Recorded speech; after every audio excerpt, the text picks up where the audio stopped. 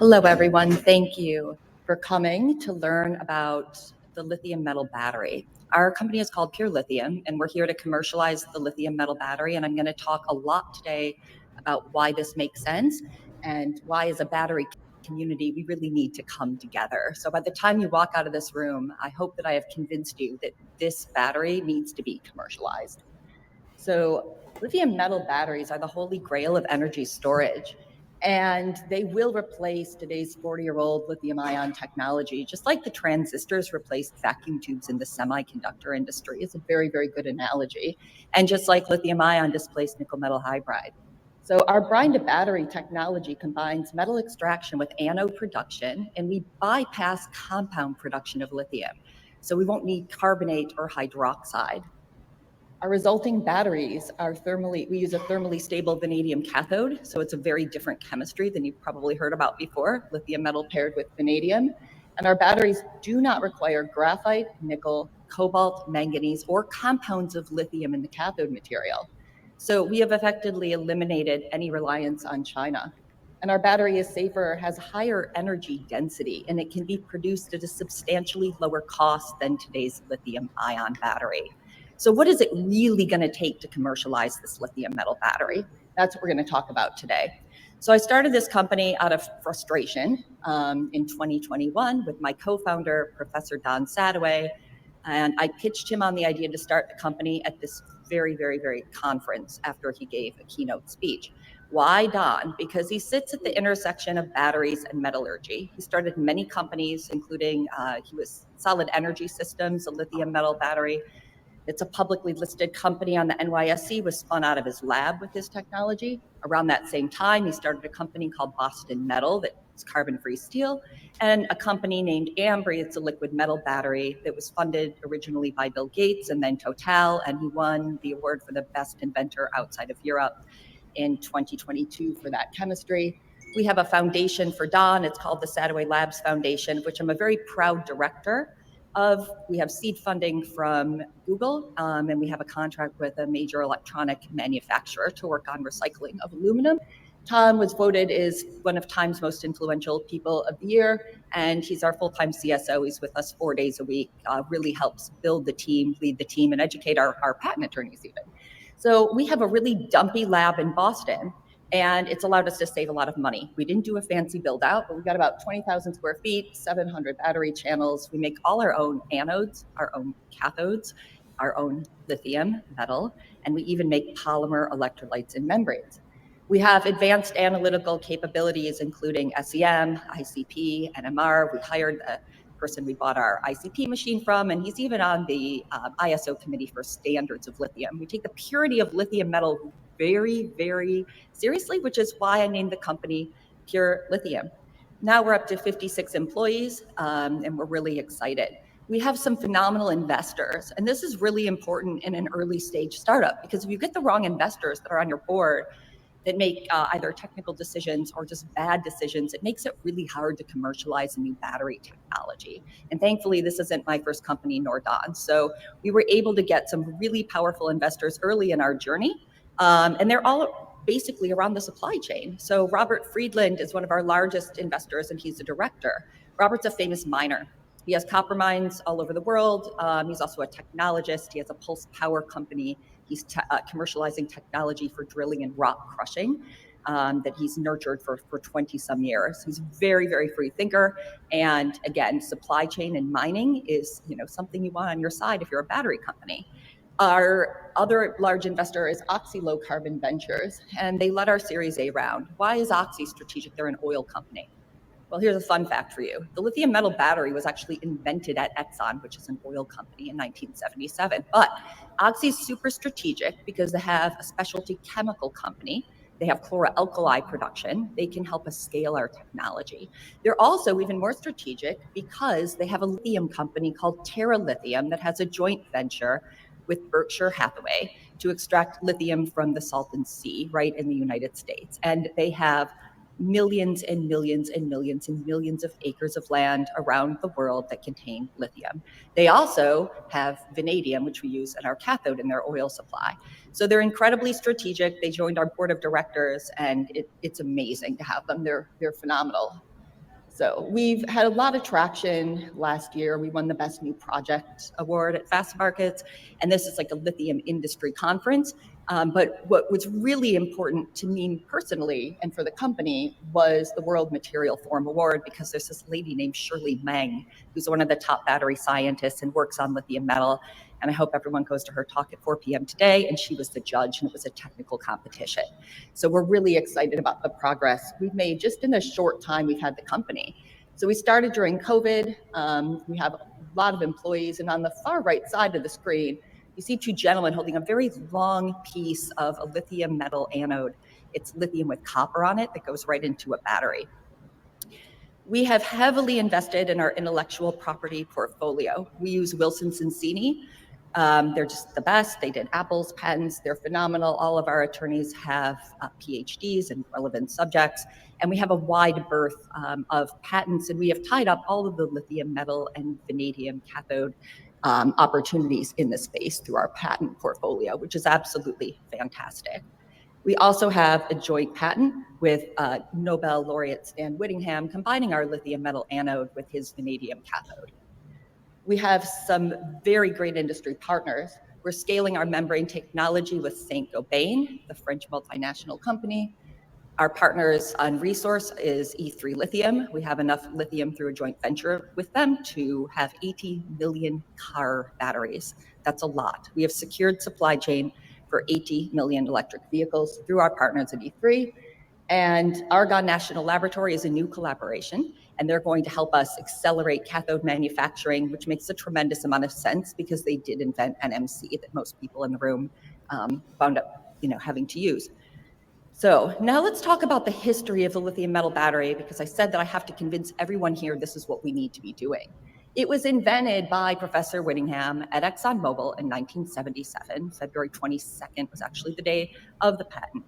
And if you hear Stan give the elevator pitch that he gave Exxon, it's great. It's really great. So the idea is you use pure lithium metal on the anode. And when he invented the battery on the right, that cell has a titanium disulfide cathode. What's important about that? Well, it's too low voltage to be commercial today. But what's important, it didn't contain lithium. I want everyone to really think about this. The reason we have lithium in our cathodes today, the carbonate or hydroxide, is because this technology could not be commercialized. It was too expensive, for one, and there were performance issues in the cell. It needed a lot more work than could be devoted to it back then. So the compromise became graphite, and you need 6 carbon atoms for 1 lithium, rather than this pure lithium metal anode. Remember that the lithium-ion battery was originally made for the Sony Handycam. That didn't require a lot of power or energy, and we just copied and pasted, and now we're trying to use it in all sorts of applications that it really was never intended for. The other thing about the magical battery we have that we all just forget about, Robert Friedland likes to say ham sandwiches do not come from the freezer. Well, think about the supply chain for your battery today. 77% of graphite comes from China, and actually Will Chu from Stanford told me he has a forthcoming paper that it really is like 97%, and it would cost 2 to 3x times to actually make that material here in the United States. Look where cobalt comes from. It's a terrible human rights record. We have a very disjointed supply chain, and when the Nobel laureates were inventing this battery, I promise you, they were not thinking about the supply chain at the time. They were just trying to make the battery work. But it's a problem. So how are we going to solve these problems today? The world's gotten really complicated in the past 5 years with technology and battery. We're going to solve it using lithium metal. It's a step change from what we have today. Only 2 batteries in our lifetime have been commercialized to gigawatt scale. Think about all of the people in this room and all the people in the world working on batteries, and we have only had 2. What the heck is wrong with us? We need to be more inventive. We need to leapfrog lithium ion, because we're not going to make lithium ion batteries in the United States of America, no matter how delusional the administrations, and I say administrations because they're multiple, might actually be. We don't have the resources to do it. We have to think of something different. Lithium metal was invented first, and it is a step change from today's lithium ion. So instead of tweaking incremental changes, we need to do something bold. So look at the battery compared to lithium ion. It's half of the weight and it's half of the size, and you get so much more capacity, especially thanks to our vanadium cathode where you can fit 3 lithiums in it.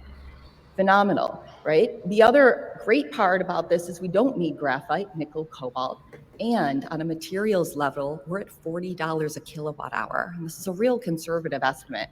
Today's lithium ion is over $100 a kilowatt hour in materials, and who knows what materials we're actually going to be able to procure in this country. So 60% less expensive than lithium ion on a materials level is phenomenal, right? Because battery manufacturing is going on for a long time. Everyone knows the associated costs. We may have some manufacturing advantages because we make our battery in a charged state, but we haven't quantified all of that at gigawatt scale. What we do know is the cost of our materials, and we really understand our materials because, as I mentioned earlier, we have directors that are in the mining industry. The head of exploration for our tiny little company used to be the head of exploration at Rio Tinto, one of the world's largest mining companies. So when we tell you that we understand our supply chain and our source and the resource, we understand where our lithium is coming from and exactly how it's processed. We're serious, and we have the team to pull this off. So if you use lithium metal and vanadium, you can get down to $40 a kilowatt. And that's not using our brine technology. That's taking carbonate that I can buy for $20,000 a metric ton in dissolving acid. And that's not even what we do in our laboratory today. So these are really conservative numbers. Part of the way that this battery, the cost gets down is we don't put lithium on the cathode side of it. And that's a large percentage of the cost of the cathode. So if we eliminate lithium from the cathode, we're saving a lot of money. And why do we eliminate lithium from the cathode? I'll explain that a little bit more as we go along. So at the heart of our company, what we do is combine lithium metal extraction and anode fabrication. The first issue the lithium metal battery had that was preventing it from being commercialized was the cost of it. And the cost is absolutely exorbitant. So there are a few different ways to make lithium metal, but they generally start with molten salt electrolysis. And Marina may have come up with another one since I've seen her, but it's possible. These ways, molten salt electrolysis is over 100-year-old technology. You get an ingot of lithium and it goes through an extruder. Think about a spaghetti machine. And that winds up getting surface defects and impurities in it. And it will also delaminate from the copper as you cycle it. The other option is physical vapor deposition, which is an atom by atom process. It's expensive. It's a batch process. And again, it likes to delaminate. If you start with a crinkly piece of copper, you're not going to have a smooth, even film with vapor deposition.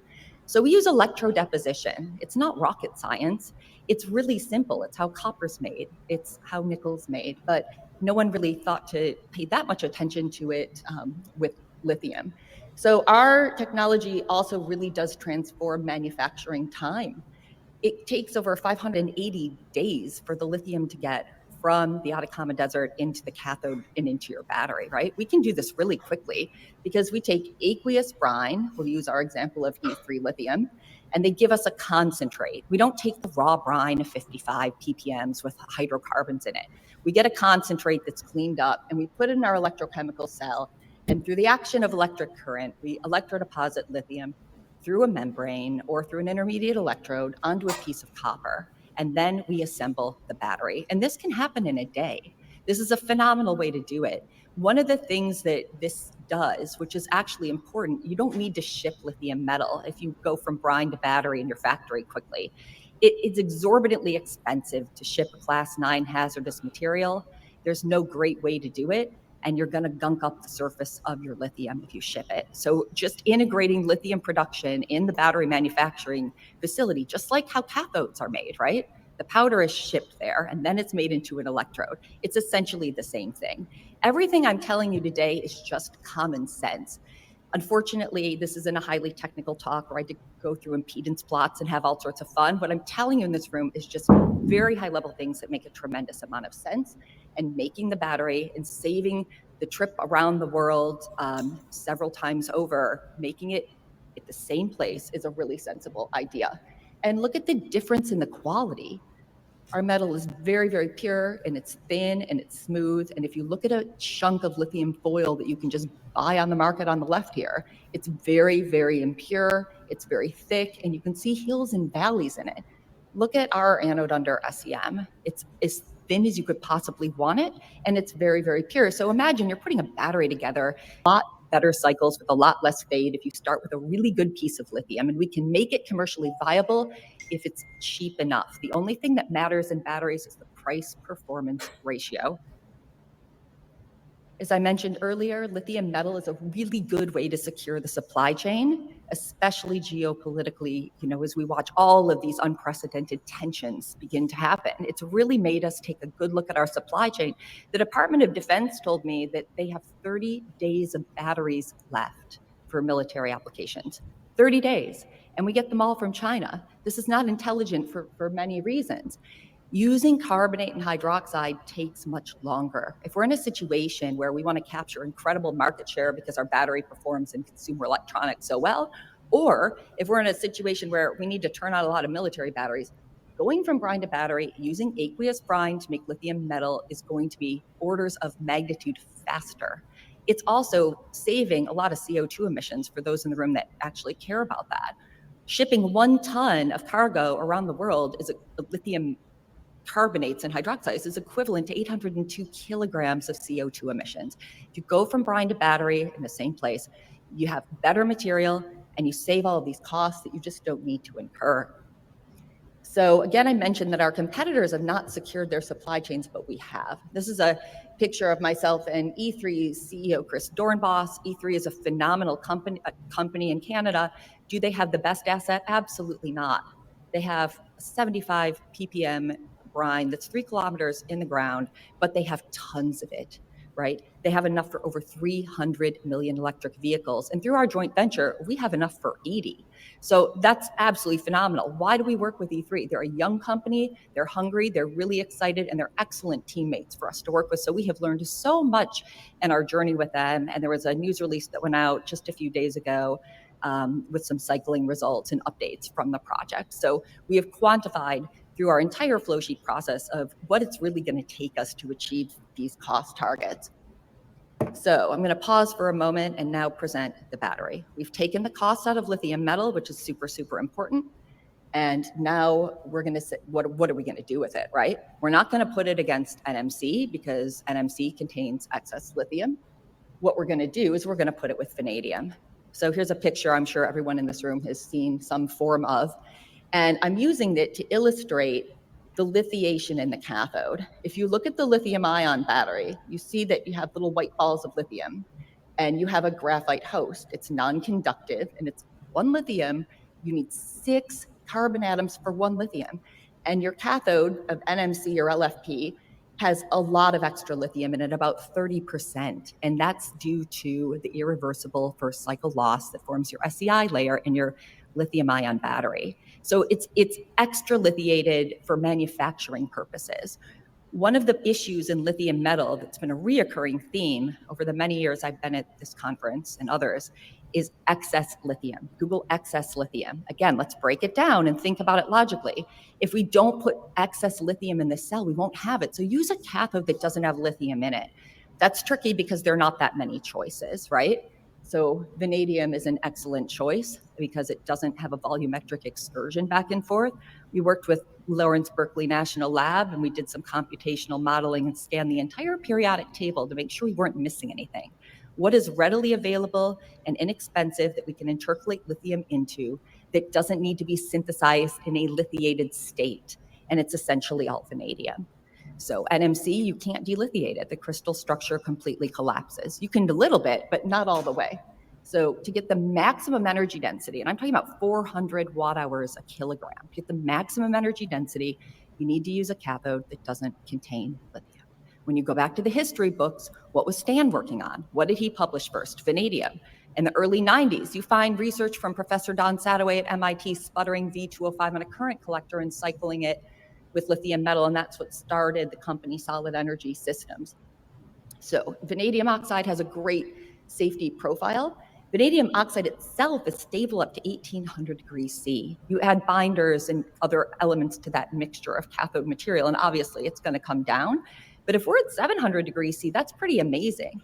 So thermal runaway starts in the cathode. We all know how this event happens, right? The battery starts to get warm, The cathode starts to decompose and releases oxygen, and you can get some really brilliant fires this way. So let's use a cathode that is going to be stable at temperature. That's just one of the benefits of vanadium. So vanadium has 57% greater capacity than LFP. This is phenomenal. It has a very similar safety profile, but you can get a lot more capacity out of the material. One of the reasons is because you can get a third lithium intercalation into the vanadium, which is pretty fantastic. So vanadium also happens to just be the world's 5th most abundant transition metal. It's used as an additive in steel, which is its primary function in life. It's more abundant than nickel. It is more abundant than cobalt. It's a lot more abundant than both of these materials. And look where it can be found. It can be found in places where there is lithium. So if we go back to the beginning of the presentation, I said, lithium metal is going to supplant lithium ion, and I showed you a very complicated supply chain. Look at this. Lithium and vanadium is co-located in favorable jurisdictions. Yes, China and Russia produce it, but we're not going to get it from them. We're going to get it from countries that we work with. Australia, huge sources of vanadium. South America, the United States is the world's largest producer of secondary vanadium. That's recycled vanadium, right here in the United States. It's pretty fantastic. Let's compare these two supply chains together. Which one makes more sense? Which one is more realistic? Which one is more viable? If our battery is going to be just as good or even better than lithium ion, we all need to start thinking a little bit differently out of the box and start telling the VCs that say we won't fund you unless you use NMC or a commercially available cathode to take a walk and find better investors. We all as a community need to start working on much bolder projects and think about the entire supply chain, which is what I'm really here to talk to you about today. I have a little bit more good news for you though. The battery works beautifully. This is actually cycling against LFP. We don't have 3,000 cycles yet with vanadium, but we're well on our way to getting there. We don't see fade, right? We make this battery with super pure lithium. We delithiate some of our cathode. We have some proprietary electrolyte blends. It's not all solid state. We use some liquid in the cell, and this proves we're not forming dendrites, and this proves we can cycle lithium metal. We still have a long way to go to commercialize this battery. We haven't done nail penetration tests. We've made 10,000 batteries by hand. But if you look at all of the reasons and you think about the history, this is the battery that makes sense. It's going to give us the most energy security possible. And it's viable. I did not come here saying that we invented some magic invention that Don Sadoway and his brilliance thought of. We just put our heads down and we did the work for 5 years. So I'm asking everyone in this room to think about how anyone who wants to partner with us, anyone that can help us accelerate our manufacturing, please come find our team. I have 3 associates with me. They're all sitting in the front here at the table. Come find us and talk to us. And there's a QR code here if you would like to learn any more about the company. It will connect you directly to our corporate deck. If you're in Boston, we invite you to come and see us. With that, I'll take any questions. Thank you.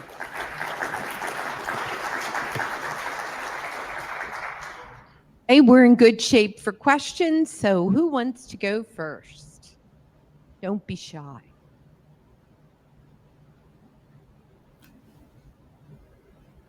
Thanks for the great presentation. I was just wondering, assuming you get sort of all financing in place, what would the timeline look like for construction and then commissioning of an operation? That's a great question. And the timeline is completely dependent on how fast I can raise money, to be completely frank. So we have these great plans where we're going to build our pilot line and then go into our first 15 gigawatt hour facility in 2030.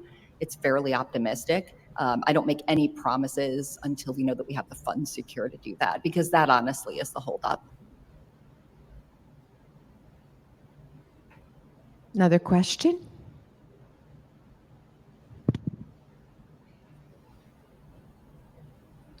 Thanks, that's a great presentation.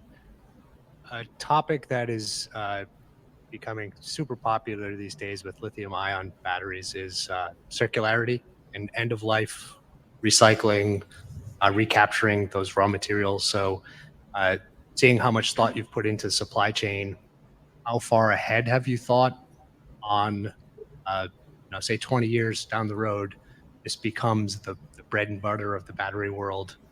How are we dealing with recapturing materials and diverting from the landfill? That's an excellent question. And I'm actually, at this moment, proud to say that our first patent was for recycling. When we made our first battery, we couldn't get any lithium. It was like the height of COVID. So our CTO at the time, who was a good experimentalist, just took a lithium-ion battery apart in the glove box. Argonne National Lab would never have let us do something like this, and basically electroplated from the cathode and from the electrolyte. So with lithium metal, it's substantially easier to recycle because we're not using so many different elements in it.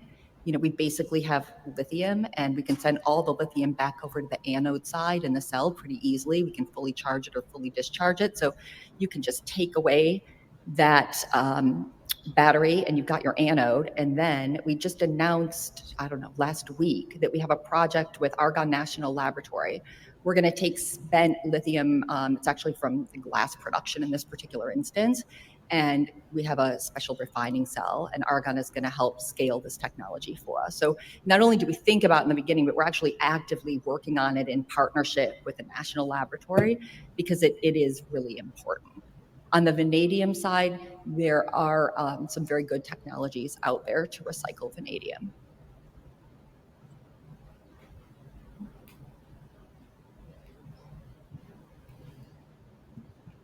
Cheers. Thank you for the fantastic presentation, Emily. A couple of short questions, one commercial, one technical. On the commercial aspect, how far along are you with understanding sort of customers' qualification requirements and sort of working with your target end-use applications to make sure that your battery cells fit the requirements of that application?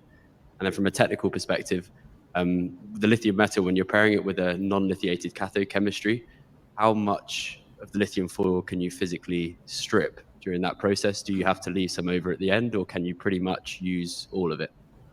Two fantastic questions. So I'll start with the first one. We've thought about products and commercialization since day one. One of the reasons that in our standard test protocols is 1C is, because it's pretty fast, right? 1 hour charge and 1 hour discharge. We have a lot of companies that we're talking to. Most of them are under NDA. Some of the consumer electronics companies, we can't even mention that we have an NDA with them. But this has been the very, very, very, very, very top of our mind. We have, long-standing relationships with the EV industry. We really do understand the metrics and the tests that we need to do. We've been really concentrating on materials production and early cell validation. But we know that, there are 4 or 5 applications that we can just march right into, and we're pretty prepared for those. And to your second question, when you look at a phase diagram, I think we might have talked about this before, we were working on the solid state report, 13% of lithium dissolves into copper. So that's great. We have a really, really good chemical bond with the copper, and it's almost like a little bit of an alloying mechanism. So we're never going to strip down to the bare copper in the cell. And stoichiometrically, we have a really, really good balanced cell where we don't have intended excess lithium. And there's actually someone on the team with me that I'm going to introduce you to, and we can talk more about it.